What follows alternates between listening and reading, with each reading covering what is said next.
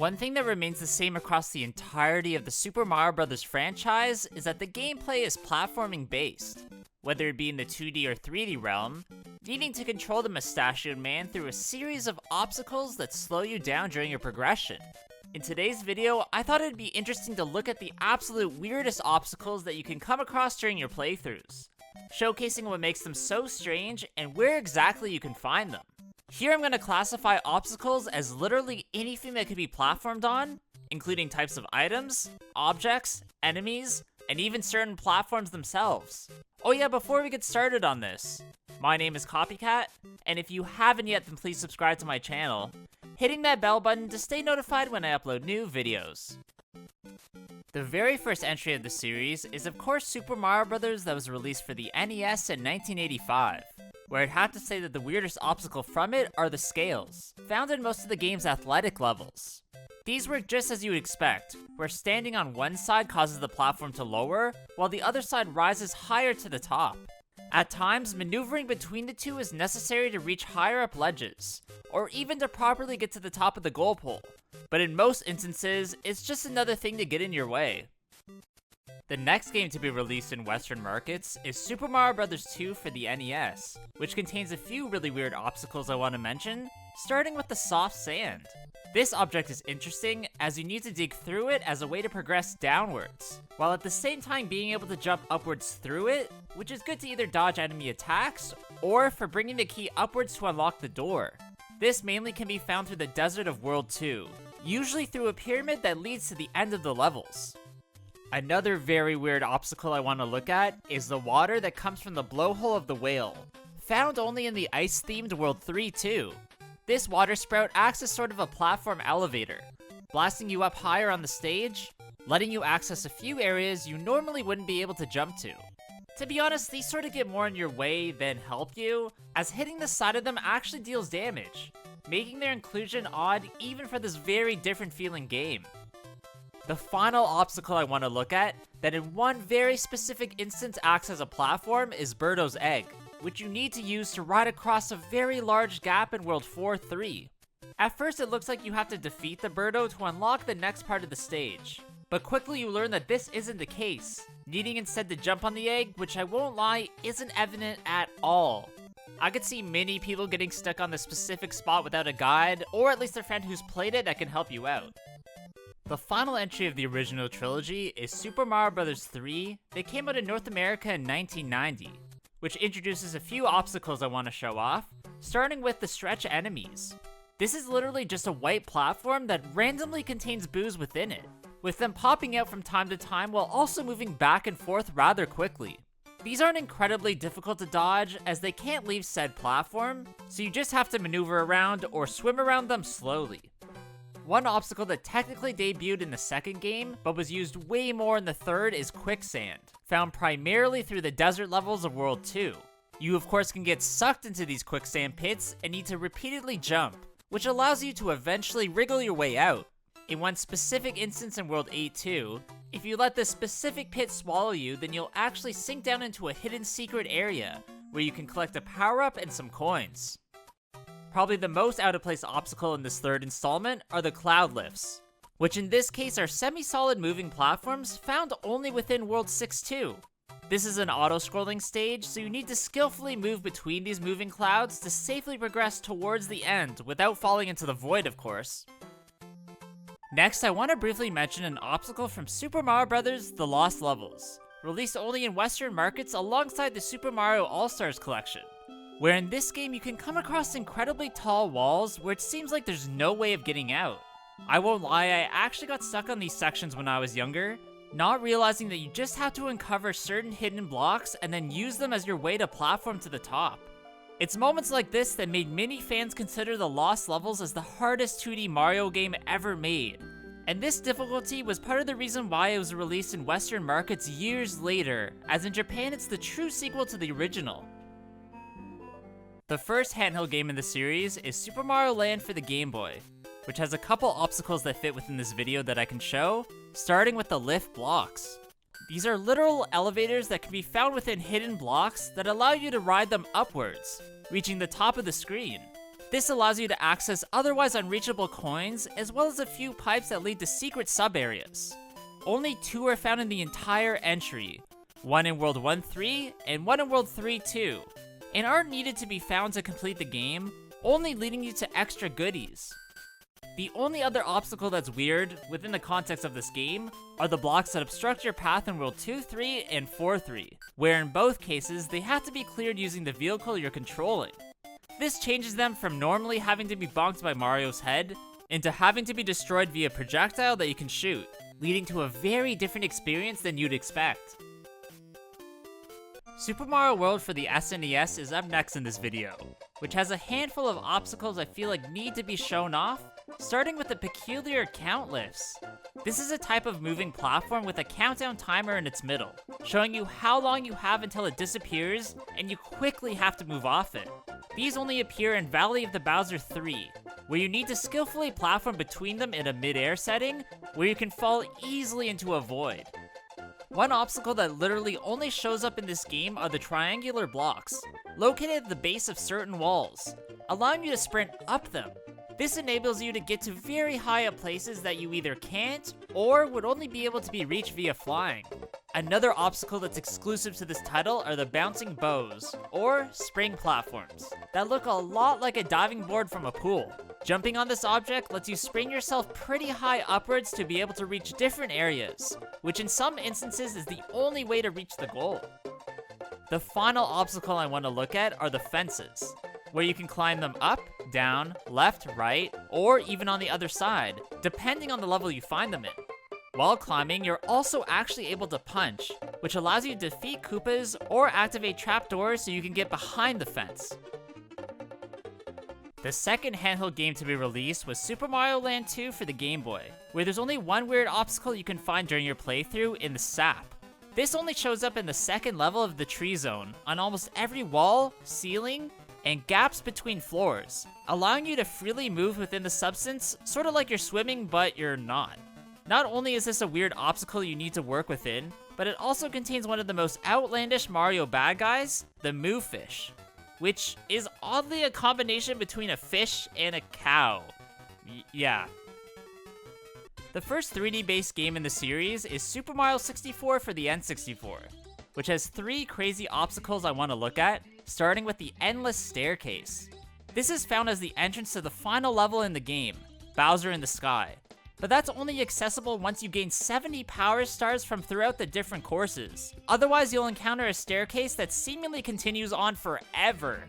This, of course, is just an illusion, as what's actually happening is that you're warping back to a particular spot once you travel too far along it, making it seem like you're endlessly progressing forward, but in reality, you're just barely moved. One obstacle that I found was very weird to be included in a Mario game is the Toxic Cloud, that appears in the Toxic Maze section of Hazy Maze Cave. If you're not equipped with the metal cap, then you will take damage from the poison, that will chunk your health down pretty quickly if you stay in it. Using that metal cap will allow you to navigate farther through that maze, where eventually you'll find the door leading to the star. The last obstacle that I feel like I need to briefly show off are the tornadoes of the Shifting Sandlands, that can be used to shoot up high in the air and land in tougher to get to areas. Although this really was first included in a Mario game back in Super Mario Bros. 3 for the NES, its use is much more efficient here, as in the 2D realm it's more of a nuisance. One obstacle that immediately stuck out to me as weird from Super Mario Sunshine are the manholes, that are found mainly in the Delfino Plaza, but do pop up in a few other levels. If you ground pound these manholes, then you'll fall downwards and find a series of underground tunnels that usually contain some goodies that you can collect. What's really cool is that if you jump back up through that manhole from the underground area, then you'll get launched up extremely high in the air, where in combination with your FLUDD, you could reach some truly insane places. Nintendo will return the franchise to its 2D roots with the creation of New Super Mario Bros. For the DS, where without a doubt the weirdest obstacle you can come across are the bumpers, found only in this game's underwater levels. Why I wanted to include this, however, is because of what happens if you encounter these specific ones in World 8-3 while also powered up in a blue shell, as for some reason you'll get completely stuck with absolutely no physical way of getting out. This is interesting as their inclusion in this specific spot has no real need, almost as if this glitched area was included on purpose. The other thing from this title that I want to mention are the shrinking and rising mushroom platforms, found of course as obstacles only in World 5-4. The red which when stood on begin to rise to the top of the screen, and the yellow which when stood on lower to the bottom, having to work between them in most cases to reach the goal. The next big sub-series Nintendo will release is the Super Mario Galaxy one for the Wii, which brings in an obstacle that's unique to it in the black hole, found basically anywhere you can fall into a void. That's because in the setting that is space, there really isn't an up or down when you fall into its emptiness, so the black hole draws you in and is the cause of your death. Now another obstacle that the developers use to cause you to instantly lose a life is the dark matter, found in certain tough places to make platforming much harder. In this entry, this substance only appears in Bowser's dark matter plane, and it can definitely say I lost a few lives trying to navigate around it. The only other weird obstacle I want to talk about is the speedy sand, which essentially is fast-moving rivers of the grainy stuff found within the Dusty Dune galaxy. This is only during the Sandblast Speedrun Comet, where you need to use the speedy sand to collect the star pieces to create a sling to the next area. There honestly were way too many obstacles from this game to mention all of them in this video, but these are the 3 that make the most impact, but if there's one I missed then let me know in the comments. The second game in the new Super Mario Bros. Sub-series came out for the Wii in 2009, where there's several weird obstacles I want to bring up, starting with the screw top shrooms. When you're on top of the specific shroom that has a screw, then you're able to shake the Wiimote, which will spin Mario and screw the platform downwards. This will cause an adjacent platform to begin to rise up, which you then need to quickly use if you want to gain any height. Another obstacle that makes use of the system's motion controls is the tilt lift, where you need to do just that with the Wiimote to control that platform. This really doesn't show up much, and really isn't utilized well when it does, but at least it changes up the gameplay a bit. Another obstacle I think is pretty weird, but cool, is the ice snake block, which is just a slippery version of the regular snake block. This only shows up once in the Castle of World 3, and really can be tough to stay on, but being powered up in penguin form, which negates the slipperiness, makes it easy. The second installment of the Super Mario Galaxy series came out for the Wii in 2010, which is the entry that introduces beat blocks that phase in and out of existence, so you gotta time your jumps perfectly. This transition follows the beat of the music, playing throughout the appropriately named Beat Block Galaxy. Another weird platform that I love to traverse on are the pink snake blocks, that are found in a few places in the game. It's actually very interesting to figure out how to platform on these moving blocks in the 3D realm, while also having to worry about going upside down at points on your journey towards the star. In the Boom Moon Galaxy, the same place one of these pink blocks are located, you can also find the Teeter-Totter Moon. This quarter moon moves back and forth wherever you position Mario, needing to try and collect the star chips to form the launch star to get off it. The last obstacle I want to mention are the assembly blocks, that literally appear in front of you out of thin air when you get near them. That means you sort of have to predict where they're going to spawn in, which can be difficult, especially during any time limit missions. The next handheld game to be released in the series is Super Mario 3D Land for the 3DS, where I have to show off the switchboards as one of the weirdest obstacles. Depending on which side of the board you're standing on, that's the way the platform will travel along the rail, with you needing to figure out how to properly control it, as there's usually a void to fall into below. This has now pretty much become a staple of the series, but at the time of this game's release, it was just an amazing addition. Another staple obstacle that premiered in this title are the flip panels, that when triggered, create several connected green panels that you have to platform on to cross large gaps, or travel over hazards that would otherwise kill you. This is sort of this game's version of the snake blocks, as after a certain amount of time, the panels will begin to disappear, so you have to be pretty quick once you initially press the switch. The only obstacle I quickly want to mention from the new Super Mario Bros. 2 entry for the 3DS are the massive underwater boulders, appearing only in World 3-5. These enormous rocks come hurtling towards you in a very tight area, making them hard to dodge, especially in a setting where you need to swim. The final entry in the new Super Mario Bros. Series came out for the Wii U in 2012, which has a lot of weird obstacles to showcase, starting with a gigantic growing beanstalk. Here you have to platform on its sprouting leaves while also having to deal with it being on an auto-scroller, so being powered up with something so you can dodge enemy attacks is definitely preferable. Another out of place obstacle that I love to platform through are the water bubbles, that are found floating in mid-air and act as a way for you to platform either across the stage or upwards. This is honestly a bizarre sight as you are literally swimming in mid-air, and during World 7-5 have to jump between the two bodies of water while also waiting for the right opportunity as they move up and down. Another obstacle I want to mention is the elevator that you can find in the first castle of World 8. Having the mechanic of only allowing one person, enemy, or even coin on it at a time, or else it will stop to a halt. This is a very difficult feature to have to deal with, especially as the lava is quickly rising, so you have to be aggressive and clear your area fast and efficiently. The final weird obstacle from this game I want to mention is the giant parabeetles, where you need to jump between the bugs skillfully while the stage is in an auto-scrolling mode. This isn't particularly hard, but is strange enough that it gives you a very different type of challenge. Up next, we're going to look at Super Mario 3D World for the Wii U, which brought in an obstacle that needed to be activated via the gamepad in the touchstones.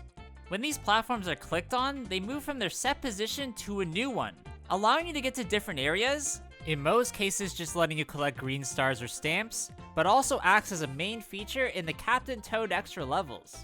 The Multivator is another obstacle from this game that's strange, as it works in tandem with the Double Cherry power-up, as you have to create multiple versions of yourself to get it to move.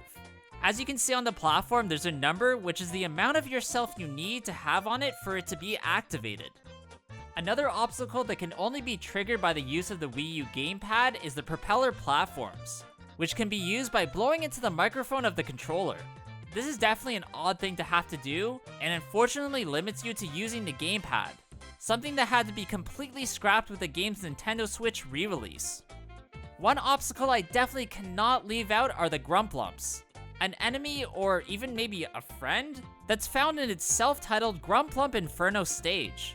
This colorful rectangular block slowly rolls through the deadly lava, needing you to walk on its sides as its only option to traverse forward.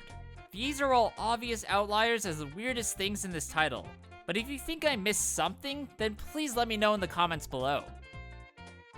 The absolutely massive Super Mario Odyssey is the next game we're going to look at, which has a plethora of weird obstacles, but one I feel like I need to mention are the skyscrapers that are found everywhere in the Metro Kingdom. These tall obstacles create all different nooks and crannies where moons and other goodies can be found. One of the weirdest moments from the game is when you have to gain a moon titled the Secret 2D Treasure, as not only does it deviate from the usual 3D gameplay, but also adds gravity-based platforming as an even bigger twist. This turns the game into essentially a 2D Super Mario Galaxy, something I think most people would agree that they want more of. I mean, I'm not sure how much they can do in this setting, but just check out this gameplay and don't tell me this doesn't look amazing. I guess if I had to pick one strange obstacle from the Bowser's Fury game mode, then that would have to be the Fury blocks, that appear in different locations around Lake Lapcat. These blocks cannot be destroyed by any regular means, having to wait until Fury Bowser becomes active, as his fire breath is the only way that they can be cleared.